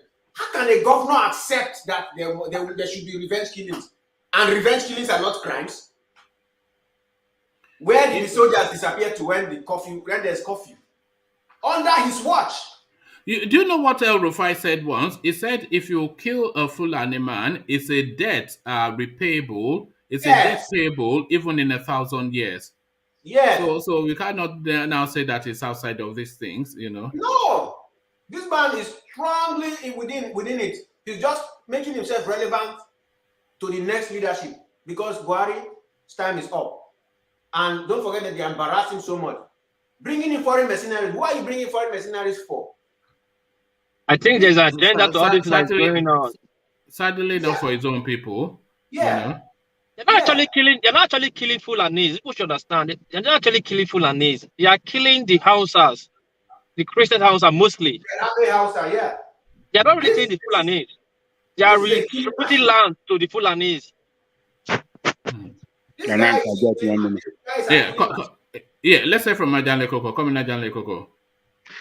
We should not misinterpret his call for mercenaries. If a country is going to bring in mercenary, I don't think that state government has the power. Has the power to do that. It has to be by the authority of the federal government. We should remember that Jonathan did the same thing too. He brought in mercenaries to fight Boko Haram brought mercenary from South Africa. So if he's calling that he's going to bring mercenary, it's not an illegal call. It shouldn't be, we should not perceive it as if he want to go and bring some criminal in some prison. He's trying to go and bring professional soldiers. But does he have the authority? Yeah. He doesn't have the authority, but he has to do it for that. Jesus supposed to invite him for that. No. I think he's trying to embarrass the federal space. Yeah. Don't forget. Thank you. That is anarchy. That is anarchy. Inviting a mercenary, you are a state government, inviting a mercenary to how you say federal state, or how to say to go. That is anarchy. How do you call it? I don't know the language again. They're supposed to arrest him for that. Well, they can't arrest him now. When the state of insecurity is what led him, how can they arrest him? They can't arrest him. And the defense minister, was that man's name? The one that told us to defend ourselves. And Magashi. Yes, they are also at loggerheads. So this is where these things are coming. Hold on, Zero. You see, him calling for mercenary, if you have a very serious federal government can, work with him. And if he's ready to really bring in mercenary, they can provide that expertise for him to achieve that. As long as he can, he'll be ready to pay for them. His state is going down. And number one thing, just like one man said, he has embarrassed. That statement is indicating that he has lost hope in the federal government and is embarrassing them publicly. That I don't have hope anymore in this federal government, but he didn't want to go directly to make such statement. That statement, that is what he reads. I don't have hope in this federal government. Let us go and look for foreign fighter that can defend my state. So as long as he can pay for it, why not? To protect his state. His state is going down. This guy has done a lot of things to woo investment, to woo investors into his country, and some are coming in. They have done a lot of things. He has got loan, to achieve economic to put some economic infrastructure in place. But these terrorists are destroying it. So federal government should listen to him if they believe that he has that money to pay for it. I think they should work with him. I don't see anything bad in that call that he made, that he wants some mercenary to come and defend the state. Other states as well should make a similar call to embarrass this government. Well, I think what they did to Jonathan is playing back. That's why right now they are confused what's really going on. Because this is actually what they did to Jonathan. My major grounds with all these people is they have not done the primaries, and then they are bringing in foreign mercenaries. Do you know that these foreign mercenaries are going to work with the locals? Have you worked with the locals? Have you put cameras? The basics are not even there. The basics are not there. Every crime is local. Don't forget that every crime is local. You can't bring in foreign mercenaries that will now go and start chasing people they don't know. They will use the locals. You don't have anything on ground. It's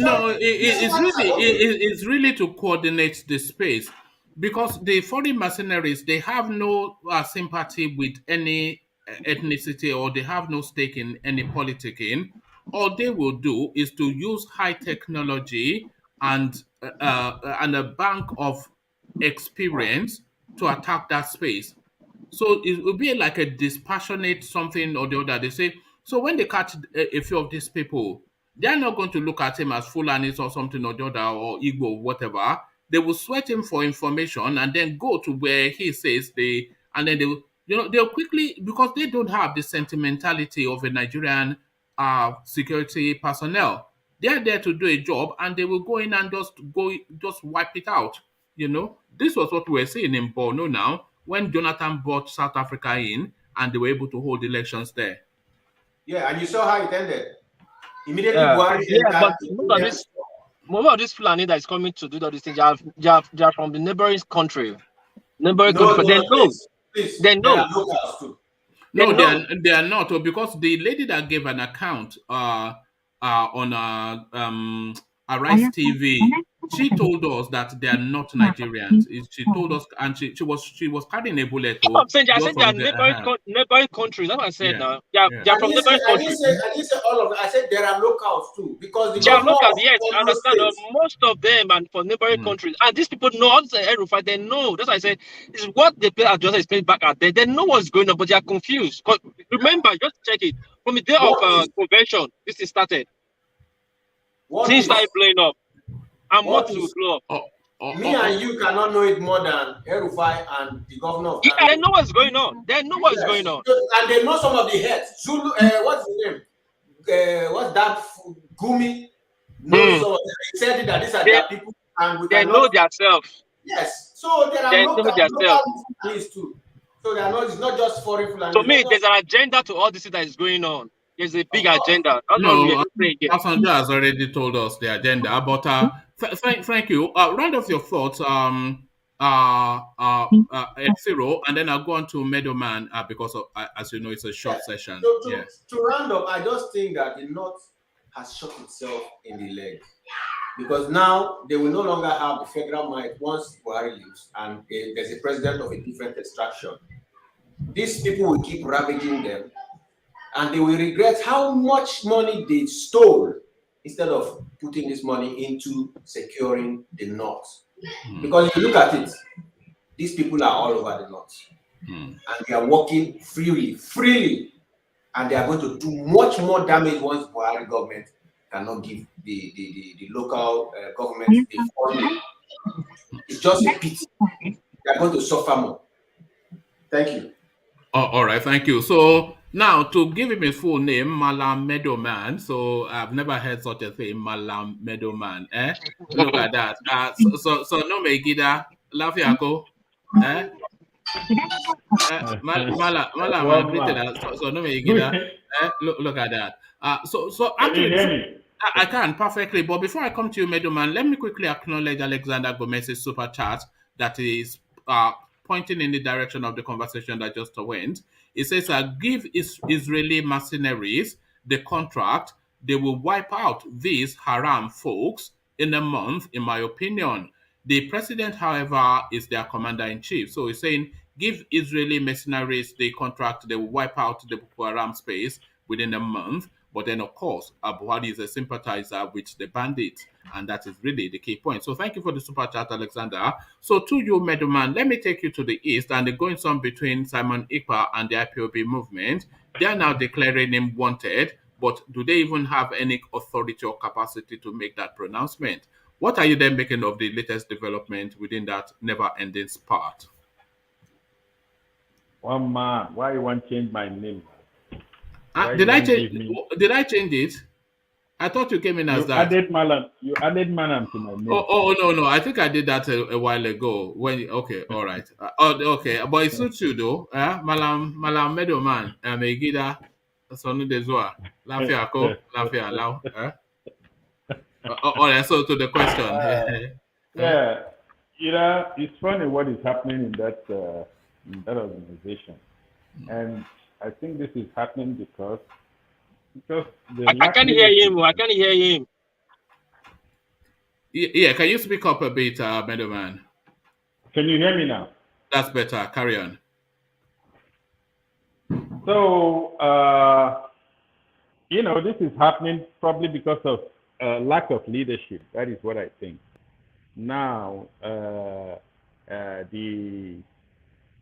wanted declaration of Simon Ekpa being wanted is something that is beyond me. I don't understand how that is going to, what they mean by that. But I've been listening. You see, I've been reading some things and hearing some things from our people back home. I reached an personal opinion, that this Simon Ekpa of the guy is dangerous. He's showing signs of being even more radical than Nnamdi Kanu himself. And there is a tendency of a local IPOB to take something more or less the political route of trying to solve some issues. Biggest of them being Nnamdi Kanu being incarcerated.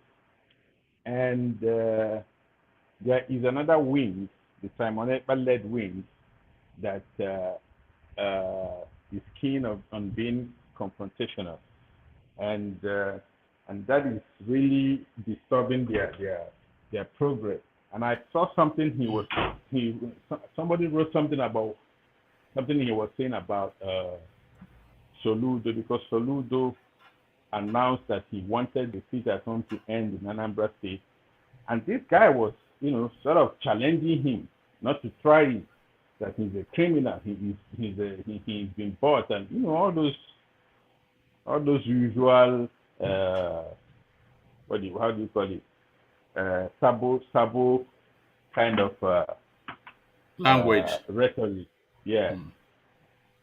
It came back, and the people on ground are not that keen to follow that line. But the thing is that if one or two people have guns and they come out and threaten people, people will stay at home. If just two people have guns, 1,000 people will stay at home because they are threatened. They know that the security apparatus in the country right now cannot defend anybody. They can't even defend themselves. So the Nigerians, that goes to talk about the security situation in the Nigerian state right now. It is at the mercy of anybody willing to break the law. Which language do you think the space chimes with the most? I'm talking about the IPOB space. Which language do you think they chime with the most? That militant tonality of Simon Ekpa, or the tempered down new approach that IPOB is trying to adopt? So the tempered down approach that IPOB is adopting, or that militancy that Ekpa is promoting? Which of them rhymes more with what the Biafrans want to hear? I think it's more the political tone right now. I mean, the IPOB as an organization. But this part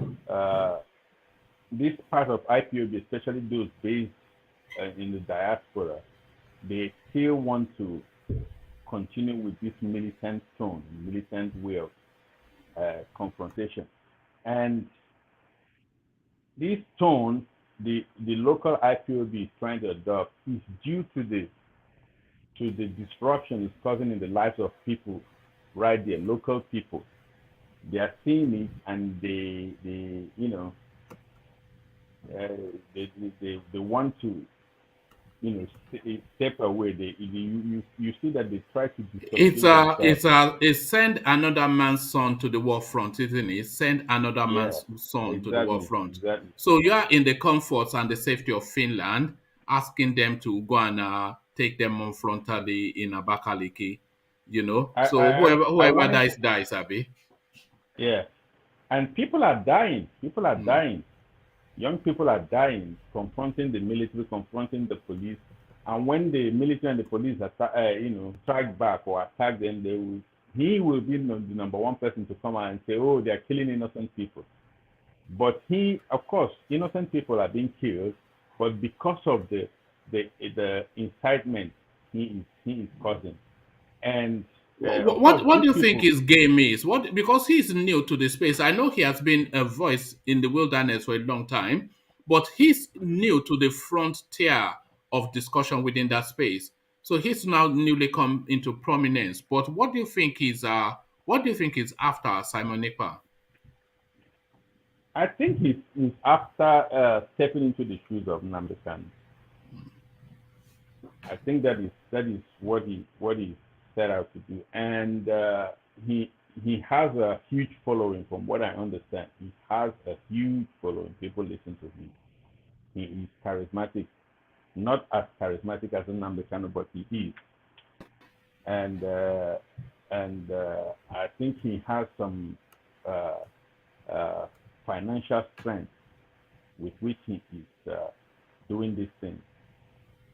So do you think if it takes that sport, that Nnamdi Kanu sport, do you think that will be a setback for the Biafran narrative? And I'm only saying this because it seems to be going back to where Nnamdi Kanu started from, with the aggressive language, rather than coming in at this now moderated negotiation language that we are now with IPOB. So he wants to go back from the beginning again to radicalize people.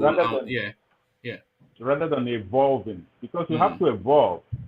Nnamdi Kanu reached a limit that whatever he's saying cannot make more impact than what he has said before.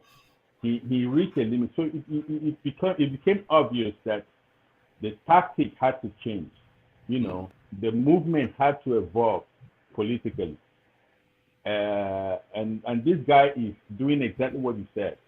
He is starting from where Nnamdi was like 4 years ago, and it is absolutely unnecessary right now, and it's being dangerous.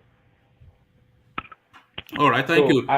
in Go my on. opinion, Mm. I think he will eventually become another faction, even if and or when Nnamdi Kanu comes out, he will become another faction of that You know, organization. I agree with you as well. But when I've said that, people are quickly to try and shut me down. That no, as soon as Nnamdi Kanu comes out, this guy will subordinate himself to Nnamdi Kanu. I don't think so because he has tasted just the power and potency of the front seat. So he's not going to now give up that front seat willingly, in Nnamdi Kanu released or not. So I also feel that he will, if Nnamdi Kanu comes out to come and take his spot, this guy will form a faction either to rival or to complement Nnamdi Kanu, but he's not going to subordinate. And forget this language that I am Nnamdi Kanu's disciple. Oh, that is just for the, for the No, that is just for the naive-minded people. Yeah. yeah. He is going to be another faction. He's going just like Nnamdi Kanu became another faction to mass up. He is going to become another faction. That is what I see happening. All right, brilliant. Let me take you to the El Rufai space. He's speaking now of hiring mercenaries to come and address the security situation in his state. Is this the language of exasperation? Because, of course, over the last, always has been, but over the last few weeks and months, it's just been incessant attacks, not relenting for one moment. Two trains attacked within 12 hours of each other in Kaduna. The airport attacked the previous week. The roads taken over. So is this the language of exasperation by this guy, and if he feels that now at that position to hire mercenary, if he's pushed to that, why doesn't he just call for the resignation of the Aboki from Daura? Of course, he will not do that. He will not do that. And I think what he's doing is trying somehow, in a certain manner, to dissociate himself from the policies of the present administration towards security, because it is hitting him as it is tainting his political his politics as the state governor of that state that is being attacked every day. So we all know that like they said that the security of lives and properties of your state, the chief security officer is the governor. So I think what he's doing is trying to exempt himself from part of the deals and dissociate himself somehow from the policies of the government. Now what he's trying to say is that if the government should, really consider bringing in mercenaries. And that is what many people have, many security experts have been saying forever, But the Buhari administration, I don't know why they have not had for those calls. What he's doing is essentially politics somehow, a mixture of politics and despair. Politics. There's nothing he can do. What can he do? He doesn't even have the mandate to import mercenaries. Yes, so because you need security clearance. So it's not just, we are not shopping for a car. You need the level of clearance that you would need for that is at the federal level now. Otherwise, it would be an illegal act. Then you are inviting foreign invaders into the country. That's treason. Actually, what he said is a treasonable thing. Yeah. All right, thank you, Meadowman. So we've hit the 2-hour mark, and gentlemen, you know what that means. We shut it down almost instantaneously, which is exactly what we're going to do now. Thank you for your company. Always a delight in your company. Hopefully, you are available later in the evening when we have even more time to engage with these topics. Thank you, one and all. We leave it there. Carry the conversation on the comment section, but here I say peace.